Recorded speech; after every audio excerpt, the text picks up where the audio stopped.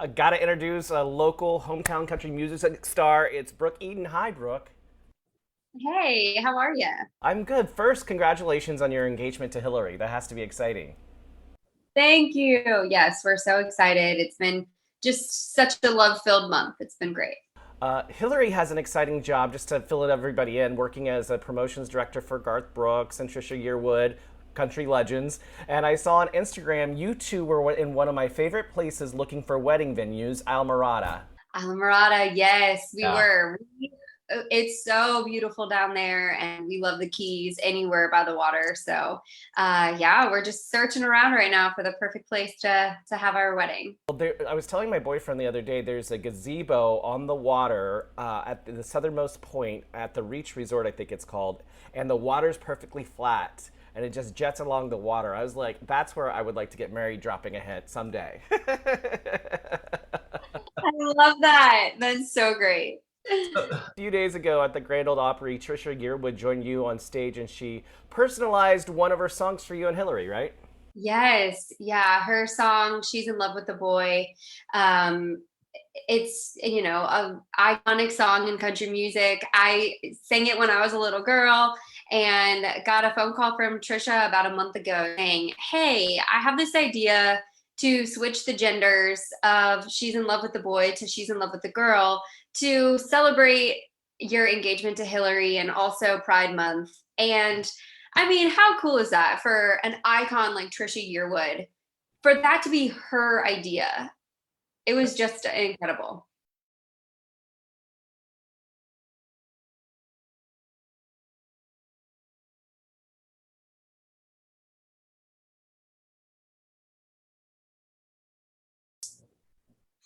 Well, what's wild is that the Opry is the people who work at the Opry and run the Opry are very loving, accepting people. I think that for so long, it's kind of just been like a don't ask, don't tell kind of a scenario in country in general. And now that it's not that anymore, it's really opened up. And I think that I always say, you have to give people the opportunity to surprise you. And really, that's exactly what happened at the Opry. The Opry audience, when Trisha started talking about Pride Month and how we were going to switch the genders and Hillary and I's engagement, I mean, the crowd soared. And I mean, when Trisha called me at first, my first thing that I said back to her was, "Are you sure? Like at the Opry, is this where we do it?" And her response was just like, "Hey, this is country music. This is, if I can go out and sing about who I love every single night, I want you to be able to feel like you can do the same." And that's the perfect place to do it and kind of start to celebrate everyone's love, that love is love. And she said, "You can't just say it, you have to mean it." Yeah, So, I love that. I love that. She said love is love. You can't just say it. You got to mean it. So I think we should sing this song for you guys tonight because she's in love with a girl. I'm in love with a boy. Let's just sing it for everybody. How did you feel in that moment? Because I saw you jumping up and down. I was literally jumping up and down. Yeah. I mean, on stage, I knew like you have to compose yourself, don't start crying. Like you just have to be in this moment. But I mean, it still makes me so emotional to just realize that that moment did happen. And not that it wasn't only a big night for me and my relationship in my heart, but for so many others who didn't really know if they had a place in country music and also in the queer community, and if those places in their lives whatever coincide, and to be a part of that mesh of country music and the queer community has just been such a exciting part of my career thus far. We've kind of tiptoed around this being out in country music, not only as a woman, number one, but as a gay woman, has to have its challenges.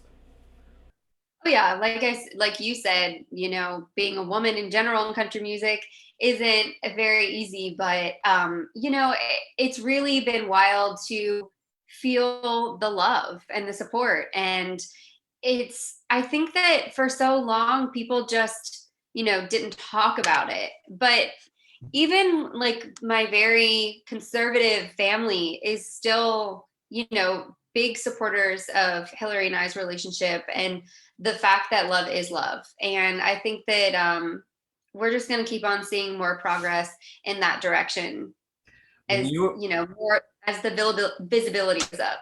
I love that. When you were in your dressing room waiting to go on stage, what were you feeling? Were you a little scared or were you excited? Both, yeah. I mean, I was stressed out. I don't really get nervous before I go on stage. I've been singing since I was 4 years old. So, it's kind of like breathing for me to be on stage. But yeah, this performance specifically was, you want to do this song justice. It's not my song, it's Trisha's song. And it was her idea to, do this whole flip on it. And you don't know what the audience is going to say about it or think about it. And you don't want to mess up the words as we're switching all the genders and all the things, So I worked out that day. I don't usually work out. I was like, I need to release some steam. And what was funny is that when we got off stage, Trisha and I kind of had a moment where we're just like, oh my gosh, we did it. No tomatoes were thrown at us. Like, we did it. And she said, I don't usually get nervous before I go on stage, but today I was nervous. She goes, I actually worked out. And I was like, so did I. So um, we both felt immense, opportunity and responsibility to do this the right way. Now, your new single, Got No Choice, features your relationship with Hilary. It's adorable. How does it feel to bring LGBTQIA content to the country music scene? I mean, it's kind of just the coolest opportunity and responsibility, and just it just feels like we're finally bringing some representation that has been needed for so long. And honestly, I just hope, and not only do I hope, but I know that it's changing people's views, and even just feeling safe and comfortable at a country concert, knowing that there are queer artists in country music that, I mean, Trisha's not the only ally. Every single artist that I've been in contact with has been so loving and so accepting and just very excited for us. So it's not just one iconic artist who's been, an ally. There's been a lot of love, and Nashville in itself is a very progressive, loving community. Did you see, by any chance, Miley Cyrus's Pride special on Peacock? It featured like the brothers Osborne, Little Big Town, Maren Morris, Mickey. How do you say her last name? I know you love her. yeah. Yeah. It was so good. It was so awesome to hear country music and celebrating Pride Month. I was beside myself. I was texting everybody I knew. Oh my gosh, there were so many Pride affiliated concerts and just everything this month in Nashville. It was a Pride month like I had never seen in Nashville before. It all surrounding country music. I think I'm singing at like 7 Pride festivals from now until October, and it's a lot of them are in conjunction with country music radio, so throughout the country. So I think that's really cool that, it's not like, oh, you can either be queer or you can love country music. You can love both and you can be both. And that's very exciting. This January, you came out, and I'm very envious of you that you have this outness at such a young age. Because when I went on the radio here in Palm Beach County, I believe I was the first out person on the radio. 20 years ago, I was on a morning show, Mo and Sally. I don't know if you know it, and I had to get the audience. I couldn't just be out. I had to get the audience to laugh first. And if I thought if I got them to laugh, I could start slipping in pronouns. Like I went on a date and he was there, not they were there. Like I'm so envious that you get to do this at this point in your life and just be free like that. It's definitely been a journey for me. I've been in this industry for my entire life, but I've been in Nashville for 9 years. And so I spent 8 years in the closet, and 8 years, always worrying about what pronouns I was using. Meanwhile, everyone knows Hilary here as well. Everyone knows and loves her and just thinks she's a cool person, which she is. And so it just seemed at some point like, what are we doing this for? Why are we hiding who are? Why are we hiding this extraordinary love story that we have? For who? And eventually, after many years and many tears and just lots of journey, a very long journey. I just realized it's time, and I was just waiting for so long for someone else to come out first. Like, oh, if someone came out, it would be so much easier for me to come out. And then I realized, what if there's other artists who need me to come out first? You know, and so yeah, it just seemed it was time. And it's funny that you say that, because I wish that I could go back to 24-year-old me and be Right. like, just be yourself, you know. But we all have that journey, right? We do. Now, do you think you, along with TJ Osborne, are helping to change attitudes in the industry? For sure. You know, I think that so much of so many phobias are fear-based out of ignorance. Like, oh, well, maybe I've never met a queer person before, so they're probably really different from me. And that's scary for people because it's just the unknown. But I think that having visibility like me and TJ Osborne, even Lily Rose, Brandy Clark, Shane McAnally, all of these, you know, people in Nashville and the country music scene who are bringing visibility to the genre, I think that people are going to start realizing, like, oh, this is what a queer person looks like. This is what a queer person speaks like. You know, this is the epitome of a queer person. Wow, they are just like my best friend, or they're just like me.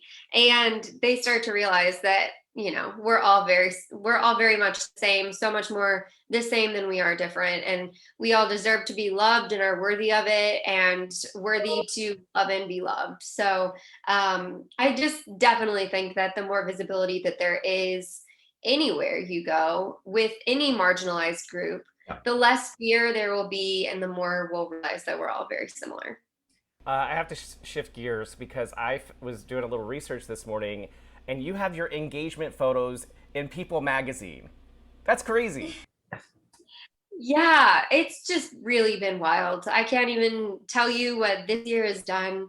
I mean, even a year and a half ago, if you would have told me that any of this was happening, or that our engagement photos would be in People, I would have probably laughed and been like, oh, in my wildest dreams, you know, like, just for so long, I didn't ever know if I would be able to, you know, live my life authentically and also be in country music and be a voice in country music and matter in country music. And to be able to, you know, be doing both, be living authentically and also putting out music that I love, and People magazine, you know, loving it enough to be a part of our love story. It's just been absolutely incredible. Now, you each proposed to each other because you wanted to do this 50-50 thing, which I think is really cool. But at the second proposal on the rooftop in Nashville, you had your family members there to surprise you. Were any of them from here in South Florida? From South, no, my family didn't come up for it. It was just Hilary's family that came up. It was my proposal to her. Oh, gotcha. So yes, my mom had just had foot surgery, and none of my family is vaccinated. So just, you know, worrying about traveling and all those things, but her entire family is vaccinated. So it was one of those things where it was like, all right, you know, we feel like we can safely and comfortably all be together and enjoy this moment together. So yes. Last question. What do you miss about living in South Florida? The water, the weather, the fact that it's summer all year long. Yes. I thank you for the time. I really appreciate you doing this for us. We appreciate you. Oh, thank you. This is so fun.